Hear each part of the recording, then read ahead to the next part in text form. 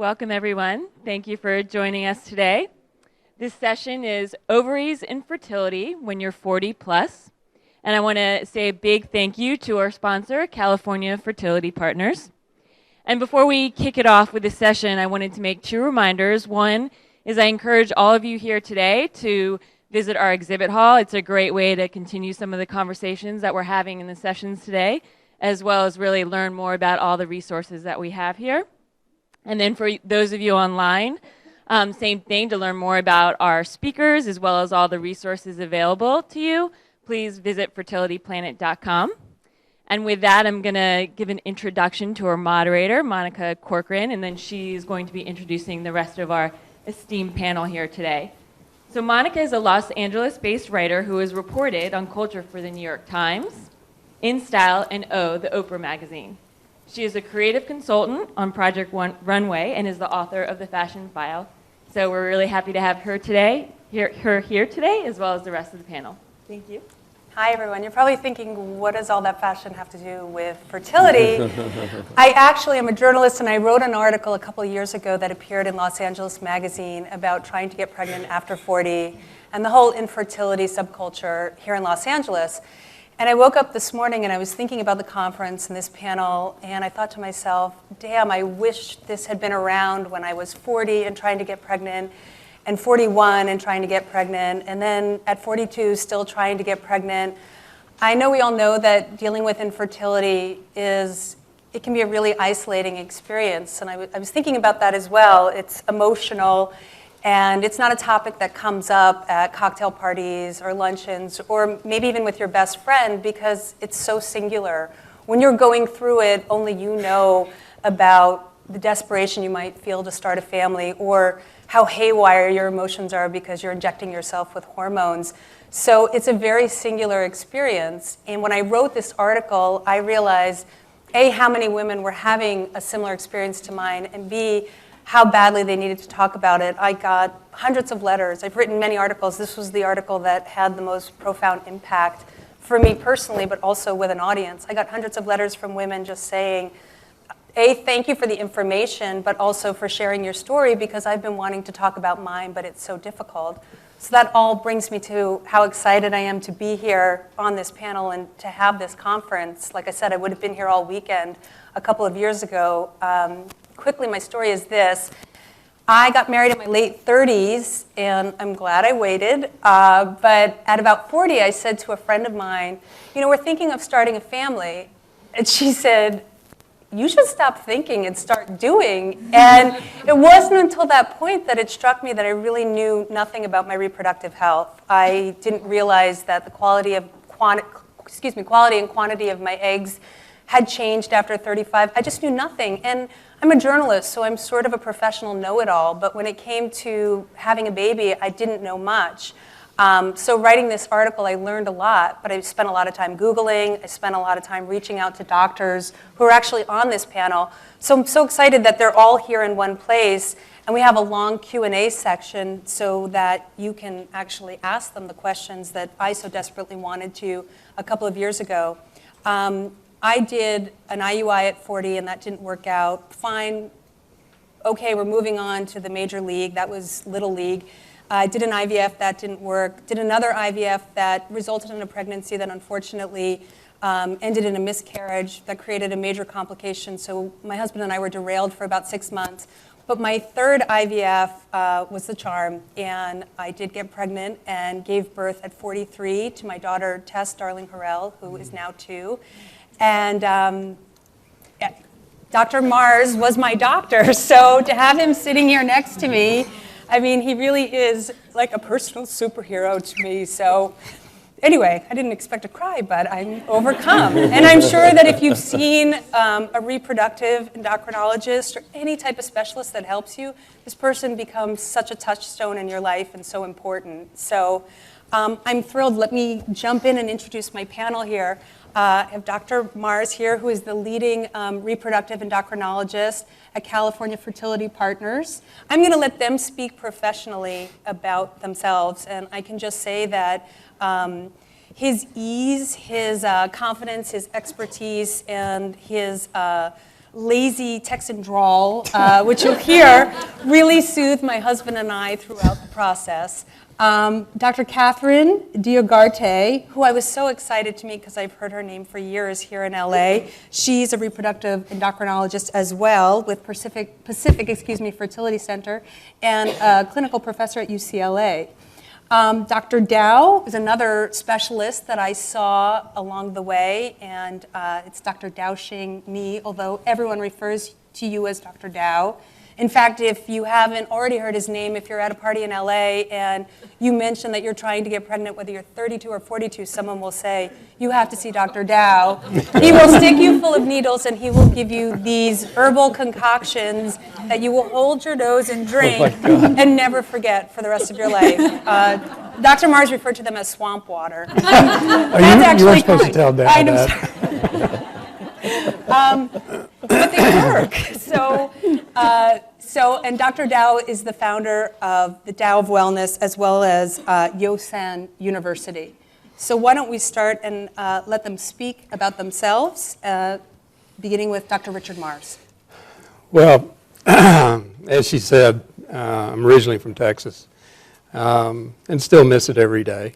But I've been in Los Angeles since I started my fellowship here. And during my fellowship, actually was when I got interested in vitro fertilization. I was involved in pituitary tumor in vitro cell growth as one of my projects, and I just was hearing about IVF in England and Australia, and I figured, shoot, if you can grow pituitary tumors, you can grow embryos. Why not? Wasn't quite that easy. I went down to Australia and worked with the teams down there for about 2 months before I started my position as an assistant professor at USC, and we actually started our IVF center in 1981. A lot of things have changed for the good, but I've seen IVF go from a very, very difficult process with very low success rates to a process that's actually very helpful for a large number of fertility and infertility factors today. It's not an isolated process. It's a process that requires a lot of teamwork, a lot of support from professionals, laboratory, people like Dr. Nee. All of these things combine into how we do IVF today. And I think what you're going to hear in this conversation is how those things come together, especially with patients as they get into the late 30s, early 40s, mid 40s, and how important it is to have a combined approach for treatment. Hello, everybody. I'm Catherine Deugarte. I'm at Pacific Fertility Center, Los Angeles. I was born in Romania, and I came to this country. I was very lucky. My dad was able to come here and ask for political asylum, and got me away from Romania and have a really great opportunity for me to grow up in this country. And I did my medical school in Boston at Boston University. And then I was lucky to come to UCLA for my residency and stayed there for my fellowship as well. And then I was lucky to meet my husband, who was at UCLA at the time doing his residency. And because of his fellowship in Ann Arbor, Michigan, we went there for 2 years, after which we quickly came back to the sunny weather in California, and been lucky to be here for about 5 years now. I've been wanting to be a doctor since I was 3 years old. My grandfather was a doctor, and he was very inspirational.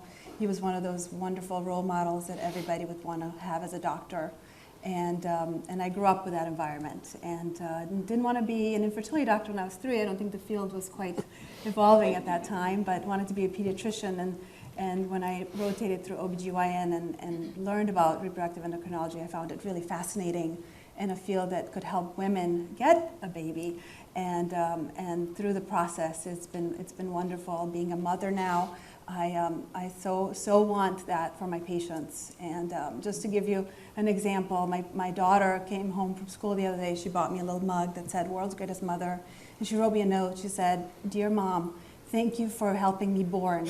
Could not have made it without you." And she's 7 years old. And that was just so special. And I just went home that night, and I just wanted that for all my patients. So I find that being a physician, it's challenging because you just want everybody to just get pregnant right away. And sometimes it takes a while, sometimes it takes a few years, but almost everybody eventually gets there one way or another, whether with their own eggs or help from a third party. And that's what I find really grateful, that eventually everybody does get there. And I'm the co-pilot. I try to be next to my patients along the way and really guide them through this really emotional process. And I'm just a phone call away. And I just feel like that's a very important part of what I do. Go ahead. Dr. Tao? Hi, everybody. I wasn't born in a swamp. I'm sorry. Yes. Which we need to talk about afterwards. I was wondering who was spreading those rumors. It was great respect, Yes, say I that. understand. I was born in Taiwan, and I actually did my studies in Nanjing as well as Beijing in China.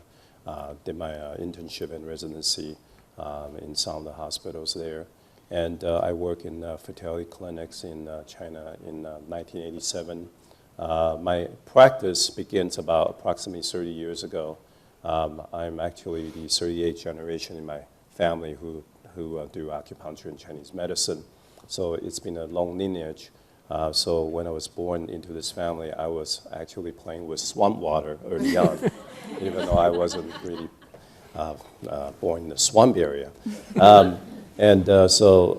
the herbology as well as acupuncture has been fascinating since I was a little kid. And in fact, I remember the first treatment for myself was when I was 10 years old, having appendicitis, and acupuncture actually cured my appendicitis without having to go do any kind of surgery after one treatment. So it's a wonderful personal experience since then, and there's, of course, numerous experiences.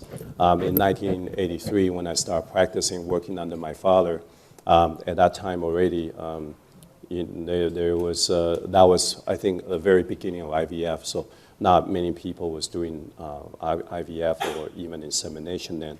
So a lot of patients has come to our clinic, and so we were able to treat a lot of patients already starting at that point, doing Chinese medicine, working with reproductive difficulties. And so my early days, I already had a lot of interest in how to really work on the reproductive situations. And I had the opportunity in the early 1980s actually seeing some of Dr. Richard Marr's patients. And I was really interested in this whole field and got myself into some societies and started to learn the Western part of it and see what's the latest insemination and IVF with Richard's help. And I was able to really integrate these two paradigms and helping my patient. And the goal is really to help my patients to have a wonderful, healthy child and a wonderful family building opportunities. And that's where I am. Thank you, all of you. So I'm going to start with Dr. Mars, and we're going to hit some of the basics. And then, as I said, keep in mind, we're going to have a lengthy amount of time for Q&A. So what happens to a woman's eggs as she ages? And if you could tell us how that impacts her chances of having a child with her own eggs. I'm going to use just a couple of slides to demonstrate some of these processes that we're dealing with. Some interesting facts. If you look at what's happened in the United States over time, 200 years ago, women were having babies very early, and they were having more than one baby. The average number of children per woman in the United States in 1790 was 8 children. In 200 years, we've gone from 8 children, fortunately, down to 1.8 births in 1990. And if you looked at statistics today, it would probably be an average of around 1, 1.2, 1.3, somewhere in there. The other dramatic thing that's changed is that at the time of the first birth, 100 years ago, 200 years, women were in their 20s, early 20s, late teens. Today, well over 30 is the average age for the first baby. Why? Well, a lot of things have changed. We've evolved, we've improved our society, but today we're seeing issues that are really affecting women that are having trouble with their fertility. Delay of marriage. Women are getting married, men and women are getting married later. Childbearing, the first child is much later. Careers are evolving. Women are in the workforce. And probably the biggest thing is that the role of women has changed. They're part of the workforce. They're professional women. They're going through years and years of education. And all of these things are causing us to start later in our first attempt at having the first child. The physiology, the biology of our bodies really was designed for that 1790 population better than it is for the 2013 population. And that is that when a female fetus is developing inside her mother's uterus, at about the 5th month of fetal life, there's about 6 million eggs that are developed and stored in the fetal ovarian tissue. That's 6 million. At the time of birth, 4 months later, female infants are born with somewhere between 1 and 2 million eggs. So you've lost 3 to 4 million eggs just in a 4-month period of time, from 5 months of fetal development down to the time of birth. We don't know why. We don't know what causes it. Huge loss of germ cells. 12, 13, 14 years later, when the young woman has her first menstrual period, at the time of menarche, there's anywhere between 200 to 300 to as many as maybe 1 million eggs in the ovaries. But the average is somewhere between 200, 300, 400,000 eggs that are in the ovaries at the time of the first menstrual period. A woman has about 400 menstrual ovulatory cycles in her reproductive life. So you start out with 500,000, you have 400 cycles, you say, well, I got plenty of eggs. Look, I only need to ovulate 400 of them. So where do the 500,000 eggs go in 30, 40 years? Well, the situation is that the ovaries allocate a group of eggs every month. They're pre-selected by the ovary. It's an allocation program that every woman's ovaries go through. And when women are young, they have lots of eggs allocated. When you're in your 20s, you'll allocate 15, 20, 30, 40, even 50 eggs a month. One of those gets selected to ovulate, the other ones die off and they're gone. The next month you pre-select 50, one ovulates, 49 die and disappear. As you go through your reproductive life, the number of eggs available for allocation month to month get lower and lower and lower. So follicles decrease, egg numbers decrease as age increases. A lot of endocrine changes occur. Estrogen patterns, ovulatory patterns, all of those things start changing mid-30s, late 30s, early 40s. One of the biggest problems in all of this, though, is the egg's ability to replicate DNA material. The egg has to be looked at like a sophisticated Xerox machine, because that's what it is. It's responsible for duplicating the chromosomal material after fertilization. When an egg is ovulated, the egg cell at ovulation has 46 chromosomes and it's 46 XX. It's a female cell, it's a female egg. At the time that sperm fertilizes this egg, the egg throws off half of its chromosomes, and these two little nuclei, which are called pronuclei, one of these is from the sperm and it has 23 chromosomes, and the egg has its 23 chromosomes. At fertilization, those two nuclei form, and 24 hours later, the egg splits into a 2-cell embryo. Now, each one of those cells has to have a perfect duplication of the 46 chromosomes that it started out with. Half from the male, half from the female. Each cell division, now you're looking at an 8-cell embryo, each one of these cells on day 3 of development has to have a perfect 46 chromosome, XX or XY, whatever it is. Those 46 chromosomes have to be duplicated every 20 hours. They're fine, no big deal. Well, there's 3 billion, with a B, amino acid sequences in those 46 chromosomes. So you got to have a pretty good Xerox machine to make 3 billion copies every 20 hours for these cells to have perfect embryo and perfect genetics in each cell. By the time it's 120 cells at blastocyst, same thing. All of those cells have to have the same perfect DNA copies. And we know if you've got an old Xerox machine in your office, you make 100 copies, a couple of them come out crinkled or off or whatever, that's the egg cell. makes a bad copy, that bad copy gets copied, and you've got, you've got an embryo that's not normal. This is looking at, on a per embryo basis, a woman at age 30, a woman at age 30, less than 30 years of age, an embryo that's formed in vitro fertilization, if it's transferred into her uterus, that one embryo has a chance of implanting and making a baby of somewhere between 32 and 40%. Same thing a couple of years later, not much change up to age 33. 34 to 36, a single embryo odds of making one baby is down now to about mid-20s, high 20%. 37 to 39 is less than 20%. By the time you get to age 42, one embryo in the uterus with an option of implanting and making a baby is somewhere between 5 and 8%. So as age increases, the ability of an embryo to implant and make a baby gets lower and lower. The reason for that is the Xerox machine. This is the chance of an embryo being genetically normal. And so embryos in women under 30 have an 8% chance of being genetically abnormal when you look at a single embryo on an embryo-to-embryo basis. By the time a woman's 42, 60, 70% of embryos are abnormal genetically. The copy machine just doesn't crank out a good copy. So when we look at women over age 40, the challenges that we have, we know we're dealing with less number of eggs, less number of follicles, less number of probabilities. And when I talk to women over age 40, I say, it's a numbers game. We've really got to get enough numbers. We've got to get enough eggs from your ovary in a single cycle to give us an opportunity to find a healthy, normal genetic embryo.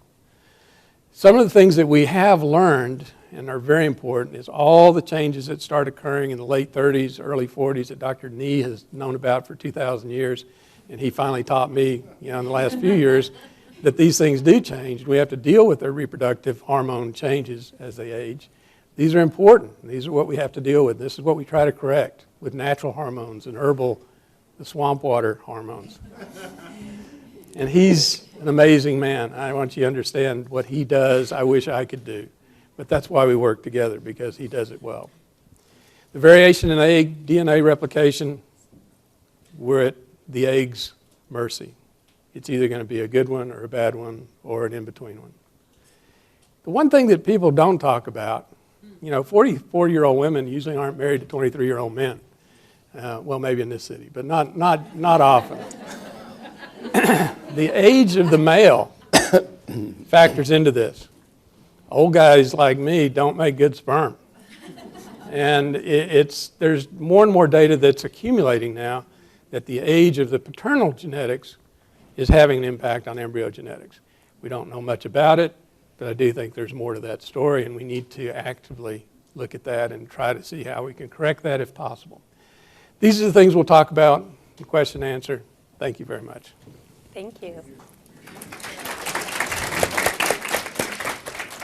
Dr. Deugarte, I know we'd love to have you talk about the type of protocols that a woman who's 40 plus receives and how those differ from the protocols that women who are 35 or younger get. So we know when we see our doctor, we'll be knowledgeable about that. Sure. First of all, I don't like to use one protocol for everybody. I'm very much into individual therapy, and I look at the patient as a whole. What is her history? Has she done other treatment cycles before? Has she been on fertility medications? I also look at FSH level, which is the hormone that we check on day 3, follicle stimulating hormone, which tells us how old the ovaries are. And I also look at something called the antral follicle count how many eggs a person has. And sometimes now we look at something called anti-Mullerian hormone, which I'm sure you guys have heard about. It's a new hormone test that we have available, which tells us also how far away from menopause a woman is. So all those three together in conjunction with her medical history, her previous cycles, and we form a protocol. Most of my patients, when I start them off, there's 3 different protocols that are used most commonly, and I'm not sure if you have been to other talks at the session or know from before, but just to briefly go over them, there's something called the Lupron protocol, which is a medication that you start before you start the other gonadotropins. So you start that usually either overlap with the birth control pills or a week after ovulation. So that's the Lupron protocol, and after about a week of the Lupron come the other shots, such as Gonal-f, Follistim, Brovel, Menopur. Those are the medications that are called gonadotropins.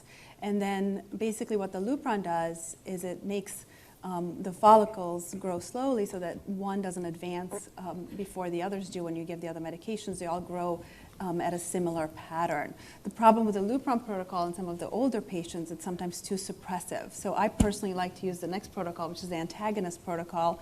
I'd say 90% of my patients over 40, I usually use this protocol as first line. And that happens, so when the patient gets their period, either after or birth control pills, or just when they get their period spontaneously, usually we have them come in on day 2 or 3 of the cycle. We check some hormones and an ultrasound and everything looks good to go. We start them on gonadotropins, again, the medications, and after a few days comes the antagonist, which is either cetrotide or ganirelix. It's 2 medications that we most commonly use. And that medication acts a little bit like the Lupron. It holds the biggest follicle from ovulating so the other ones can catch up. The reason I like to use this protocol is because I think it's less suppressive for the older patients, and also less shots. It allows you don't have that extra week before the other medications come of the shots. So I use this protocol most commonly. The third one that I sometimes use for patients who fail this protocol is the microflare protocol, Lupron protocol, where you start with a different type of Lupron. From the beginning, you start that on day 1 or 2, depending on which clinic you go to, and then you add the gonadotropins, and that sometimes helps in terms of the type of protocol that we use. And sometimes we also add something called growth hormone, which is a new medication in our medicine chest, which is not FDA approved, but sometimes in older patients we have seen some benefits and some more egg growth from this protocol. It's interesting you bring up growth hormones, because I think it's something people are curious about. What have you found with your own patients, and where is it in the FDA pipeline? I don't think there's any studies ongoing currently. It's, again, not FDA approved, but I work with a lot of insurance patients, and what I've noticed is there's no insurances that will actually cover it. So that's the one that's never covered by insurance. It's not as expensive as some of the other medications, but I tend that in some patients I see that it does help in terms of egg quality and egg number in some patients. I'm also curious, I know the national trend is that women are having children later, as Dr. Mars just said. Are the drug companies trying to develop protocols for this demographic? I mean, is that even possible? And are you always trying to develop protocols for this growing demographic?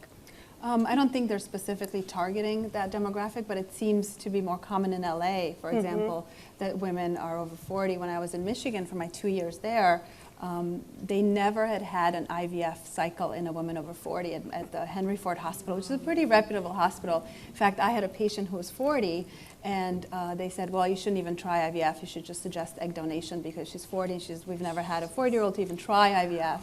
And I said, well, but she's got an AFC, antifollicular of 15. I think she's got a really good chance. And she actually got pregnant on her first cycle. And it was their first 40-year-old pregnancy, and she ended up with twins. And my embryologist there was like, well, I'm sure she's going to miscarry, because we've never, it's impossible at 40. It was just very interesting. It's just a few hours away, this Michigan. But anyway, so she was their first 40-year-old. But here, it's I never have somebody who's under 40. So Right. it's a very, very, very I know, I was going to say here, 40 seems young almost. yeah, here I'm very excited when I see the 40-year-olds, because they have a good chance. I just want to interject. You asked the question about pharmaceutical companies. There is a new company that's recently come into existence. It's called Ova Science. And the whole premise behind this company is they've taken data from animal studies that they found in mice that there's a protein that's made by some ovaries in aging mice, female mice. And they've identified that protein, and they now are looking to, they've got FDA approval to take older women in their 40s that have waning follicle numbers, waning oocyte allocation. And they're actually looking to see in mice, the mice studies that they did, they showed that they were able to basically regenerate the ovaries, to regenerate follicle and egg production in aged females in the species compared to placebo trials. And so there is a big push right now from this company to try to see if the human ovary will respond as the mouse ovary. Now, there's a lot of differences between the species, obvious and not obvious, but from an ovarian physiology standpoint, there may be a connection with this protein substance that may start generating germ cells in later ages. Wow, that's interesting. Well, that brings us to Dr. Tao. Would love to hear you talk about what a woman can do to improve her fertility and maybe not reverse the age of her eggs, but strengthen them, the quality or quantity. I think the first thing we need to take a look at the end in mind. So first of all is really looking at not just getting pregnant, because as we get into the 40s, you have a lot of miscarriages or increasing miscarriages. And a lot of times when you get these miscarriages, it kind of sets you back for quite a few months. And so a lot of times it's really important to really have the target weigh out a little bit. So sometimes I ask my patient to take one step back before you take 2 steps forward, to really evaluate whether or not your body is really prepared. Even though we are really against this time pressure, this wall of time pressure, is even more important to really prepare your body. I've encountered a lot of people in the late 40s, in the early 40s, even as old as 51, to trying to get pregnant naturally as well as through integrated care. And so one of the things that I do is really look at how they are doing in the sense of their, not just their hormone environment, like what Dr. Richard Mars was talking about, the copy machine. Well, I'm trying to replace their toner, put a new drum in there. That's what I'm trying to do. And wipe the glass surface so it's more clear. And what we're doing is really building the foundation. In fact, I can say that the acupuncture and herbs actually has some reduction of aging effect for a short-term period. There are patients that actually, Richard and I, we actually treated one of a patient that actually goes through a really quick menopause. After a while, she went through a menopause after some treatments, and so I was able to kind of return and reverse her menopause and quickly actually bring her back to a pregnancy really quickly. So these are kind of things that we do. Part of it is really to hold on to these ovaries and the whole reproductive system and look at the whole body. So preparing, I think preparation is the key here. So as you get really anxious and say, well, you have to jump, you have to do IVF, that's fine, but more importantly is you got to prepare your body. So there are patients, and we know this, a woman over the age of 40s has, a lot of time we call them poor responders. They don't respond very well. They get 1 or 2 follicles, and sometimes we cancel cycle a lot. And so frequently what I'm trying to do is if we are doing the IVF together, we are really trying to increase the follicle count, trying to get the follicle count up. Besides the hormone levels, the endocrine environment gets better. Then there are a whole group of people who is over the age of 42, 43, where IVF doesn't really work that well anymore. And I have a large number of people who I treat in that group to trying to get pregnant naturally. My oldest patient that I helped to get pregnant is about 46 3/4.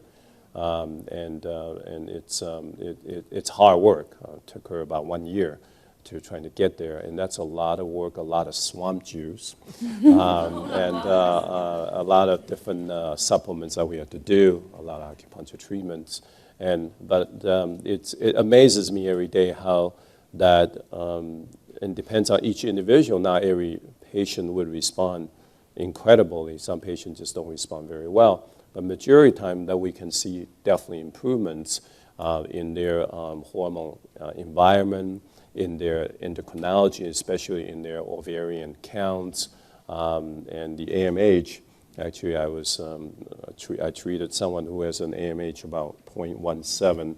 She's actually now pregnant into the 12th week naturally, so she's on her way. So there's a lot of different things that we went through, but the most important here is that when you get to 40s, and especially that window of 40 to 43, 40 to 44, where that you really have to do as much as you can an integrated therapy, where you have to do the Chinese medicine, acupuncture, you have to do the IVF, and you have to be really, really careful, map it out really carefully, and really prepare your body so that you get, it's almost like you don't have that many time to make that copy. So if you're going to make one copy, make sure that everything it's in its place. I love, Dr. Tao, I recall vividly when I first saw you that you asked me about my lifestyle and you asked me about my anxiety level about getting pregnant, which was, at the ceiling. And you really soothed me, but you stressed how important it was that I minimized that or controlled it. And I would love for you to talk to women, everyone out here, in fact, about the importance of not keeping your emotions in check, but not panicking, and how that kind of affects the overall end result. Yeah, stress level plays a huge role. And obviously, there's no way I can tell a patient, say, well, just don't stress, because that doesn't work. Never worked.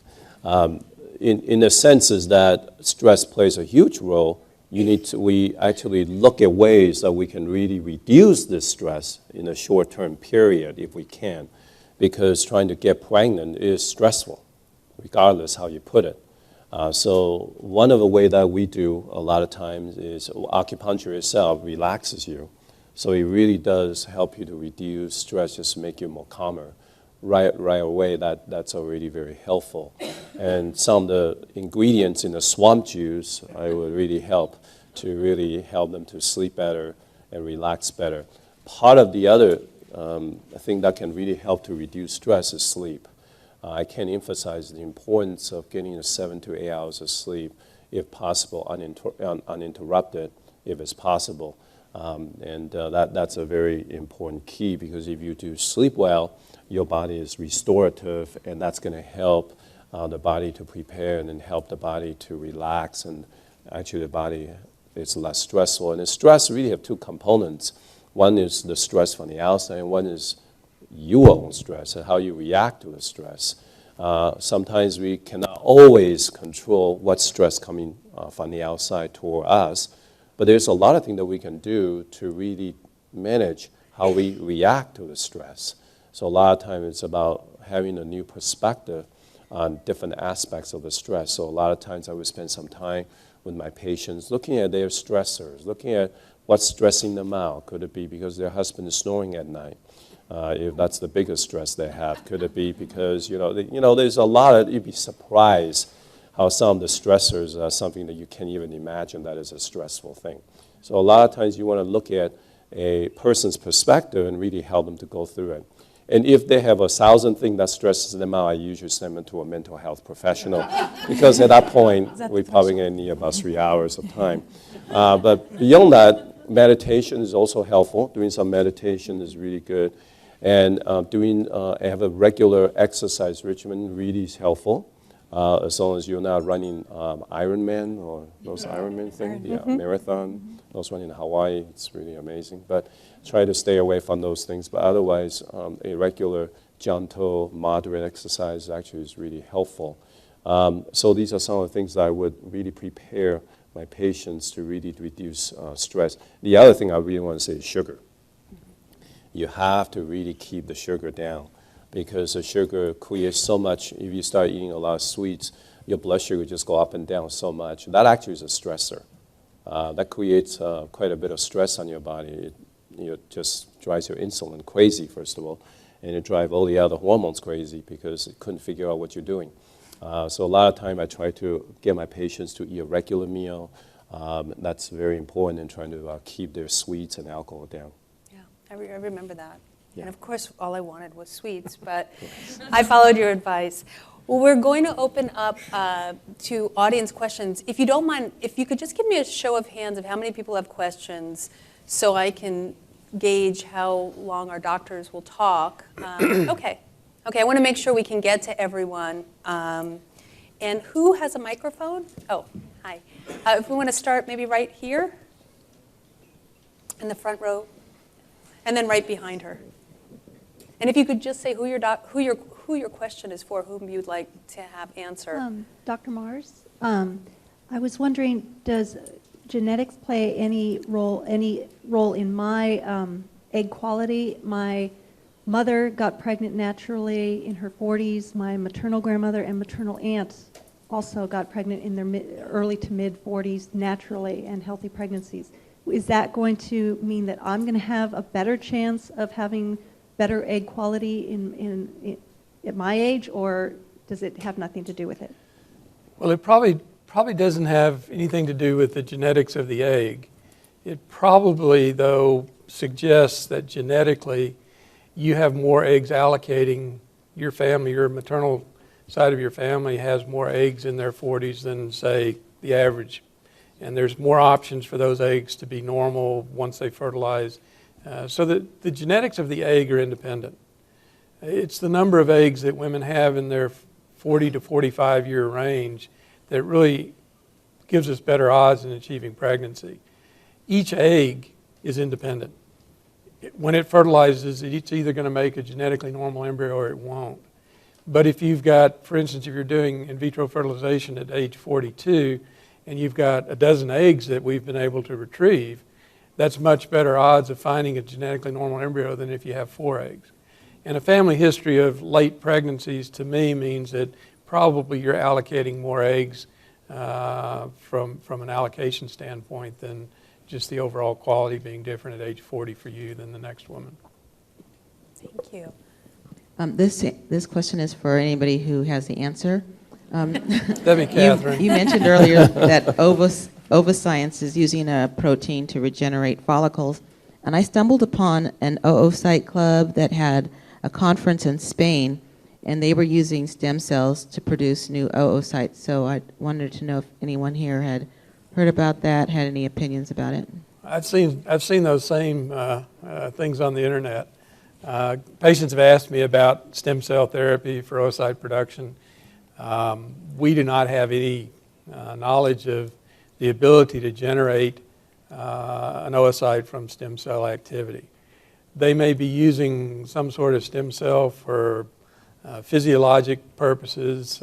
We don't really know. Certainly in the United States, there's no even experimental work being done right now with stem cell production. If you heard Dr. Turek yesterday talking about stem cell generation of spermatozoa, that's not being done either. So I'm puzzled as to what the people in Spain are doing with stem cell infusion. Europe has been very active in a lot of different areas of medicine of using quote-unquote stem cell infusions for all kinds of disorders and diseases. But from a scientific standpoint, nobody has made an oocyte from stem cells at this point in time. Who's next? I have a light in my eyes, so even if you stand up, it might be, oh, you can see.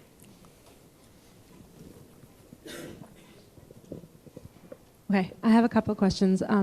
Dr. Mars, when you said that the ovary selects an egg and the other 39, 49, go away, the one that's selected, is that the best one?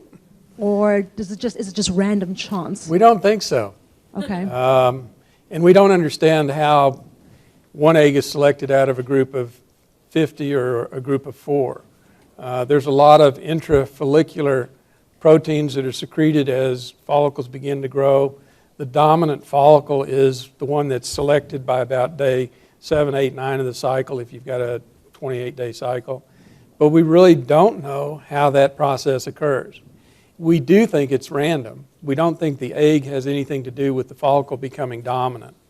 And so the egg quality for that egg is probably just as independent as it is with the other however many number are in the cohort. So no, that theory was tested years ago. When we first did IVF, the first IVF I did was natural cycle non-stimulated, and we quickly went to stimulation because of just the fact that one egg wasn't the best egg. We retested that theory 15 years later because I thought we knew everything we needed to know about IVF and we could do it with a natural cycle and one egg, and didn't work any better then either. Because the egg is that one egg that you select in a natural cycle could be the best egg in the world or the worst egg in the world, and there's not any way to predict it. So then in that case, would you recommend for any woman in their 30s for them to harvest some eggs and keep those because you would be able to sort through those eggs and select the best ones and then be able to use them at a later date because the egg quality is for sure decreasing anyway. Therefore, if the body's not going to pick the best one, at least the doctor can.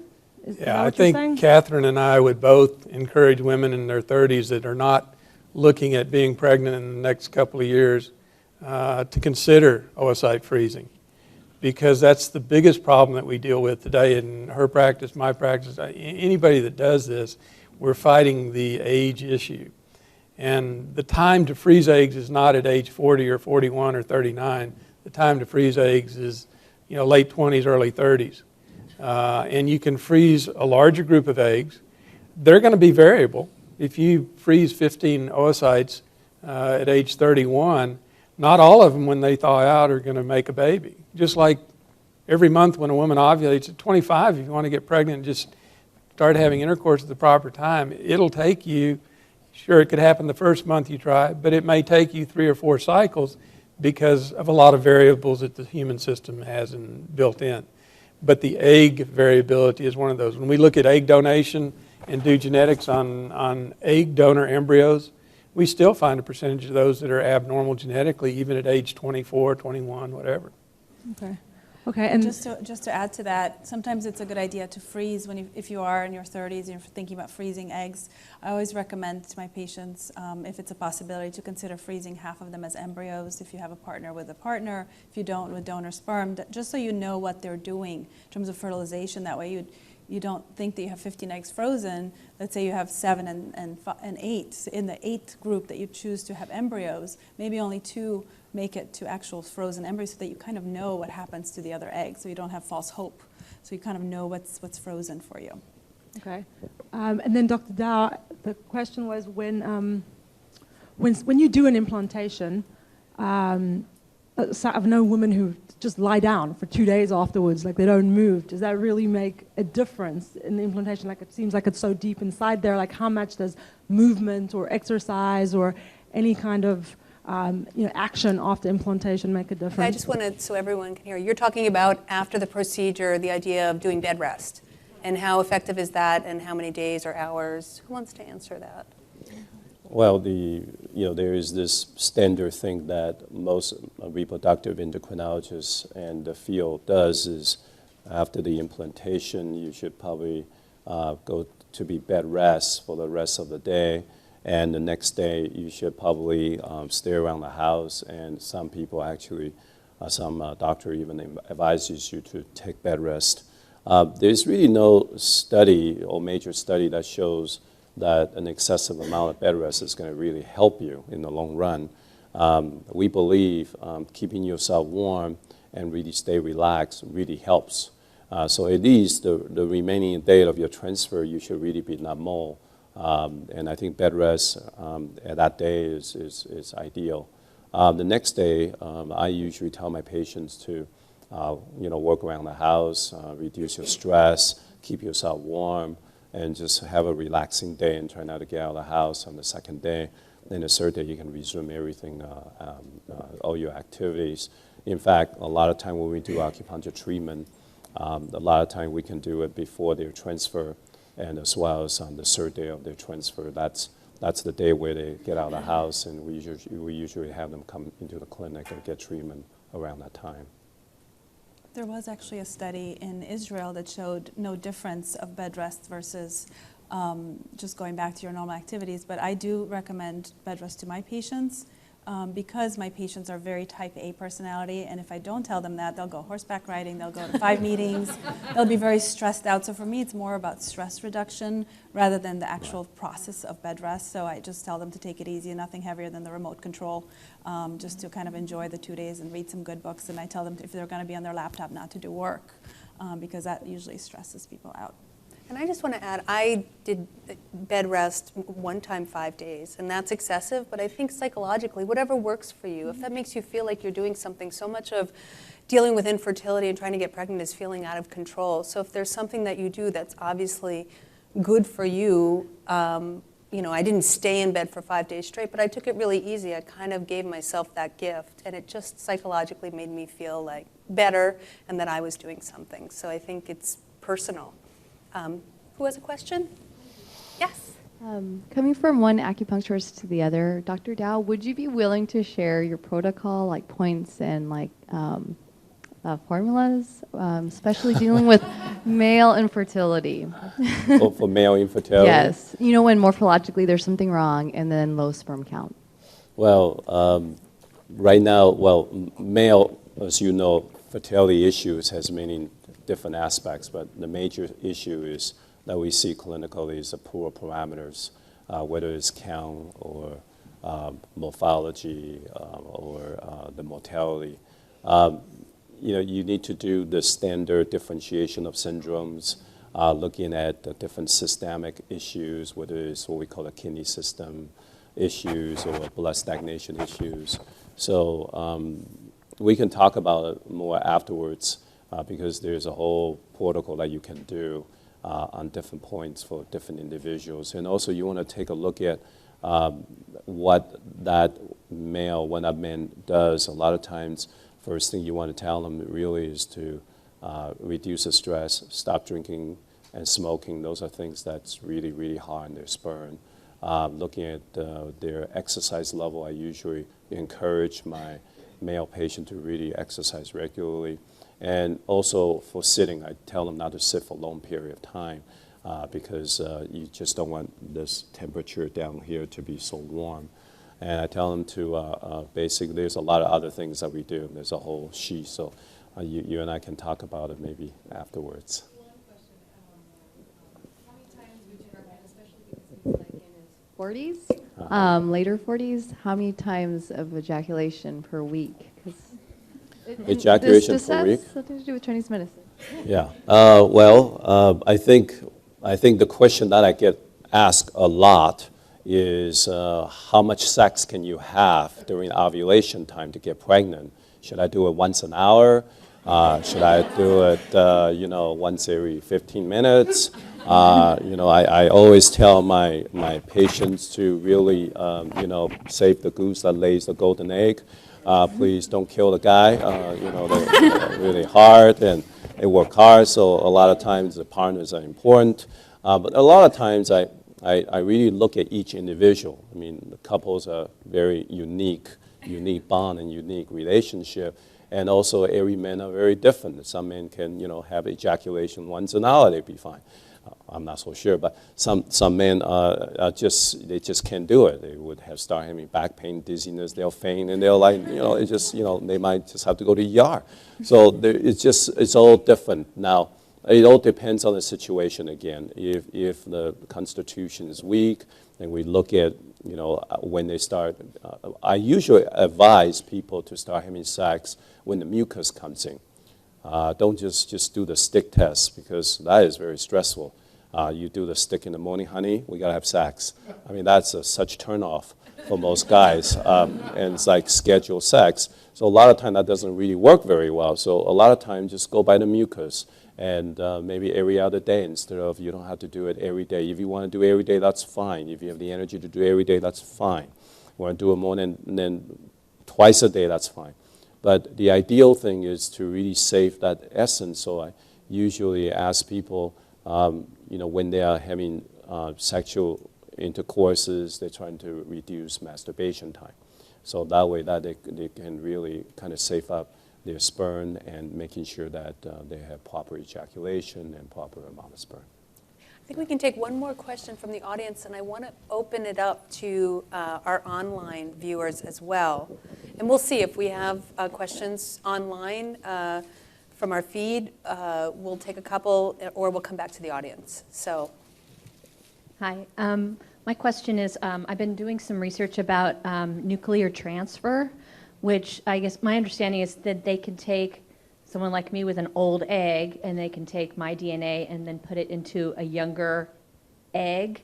And I'm just wondering, if, in your opinion, if you think that's something that might actually be available in the next year, or the next 5 years, and if so, is there any point in maybe, as old as I am, still freezing an egg with the potential that some new technology might just be right around the corner? That's a great question. I know there was a study in rats a few years ago that they did that. They had black rats and white rats, and they did nuclear transfer. And they basically, what they did is they got the genetic material from the younger rats, which I forget which color it was. Let's say it's a white rat, and they put that into the older basically eggshell, is to call it that, of the black rats. And then they saw the litter, and they basically had the opposite color litter, so that it worked. So that's how they knew that it worked. So this was done in animals. From my understanding, at this point, we're not even close to doing it in humans. So I would say at this point, actually, there was some human studies done by Jamie Griffo at NYU. This was maybe 10 years ago. And those studies were stopped by the FDA. The problem that occurred was that two of the centers in the New York area had permission to do nuclear transfer. And basically it takes that little thing I showed you on the diagram, the little genetic nucleus out of the egg, of the parent egg. You take that genetic nucleus out and then transfer a nucleus from another egg into the egg cytoplasm. The problem was that there were a couple of kids that were born, and when they tested them, they found that they had mixed mitochondrial genetics, which we think may lead to some type of developmental problems in life. And that's really why the FDA stopped the nuclear transfer process, because it doesn't completely replace the genetics of the egg. There are all kinds of organelles in the egg cell, mitochondria, and other organelles that have their own the parent genetic makeup from that egg cell. You can't take those out. So a mixed DNA offspring can have, we believe, problems. We don't know. These children are growing up now. But that's why the nuclear transfer was stopped. And I do not think that nuclear transfer, the way it was done, at least in the past, is going to be something you're seeing in the future. Do we have time for more audience questions? We do have one question from online, if we could ask it. For that. folks that are feeling really stressed out and having trouble sleeping, what are your thoughts on melatonin? I use that a lot for my patients, especially with patients with a decreased ovarian reserve. There was a study in Japan which showed that it improves pregnancy rates. And so I do recommend for patients, not for everybody, and especially not when they're pregnant, but when they're trying to get pregnant, if they're having trouble sleeping, I do recommend 3 milligrams of melatonin at night. And I find that in some patients it really makes a big difference. Great.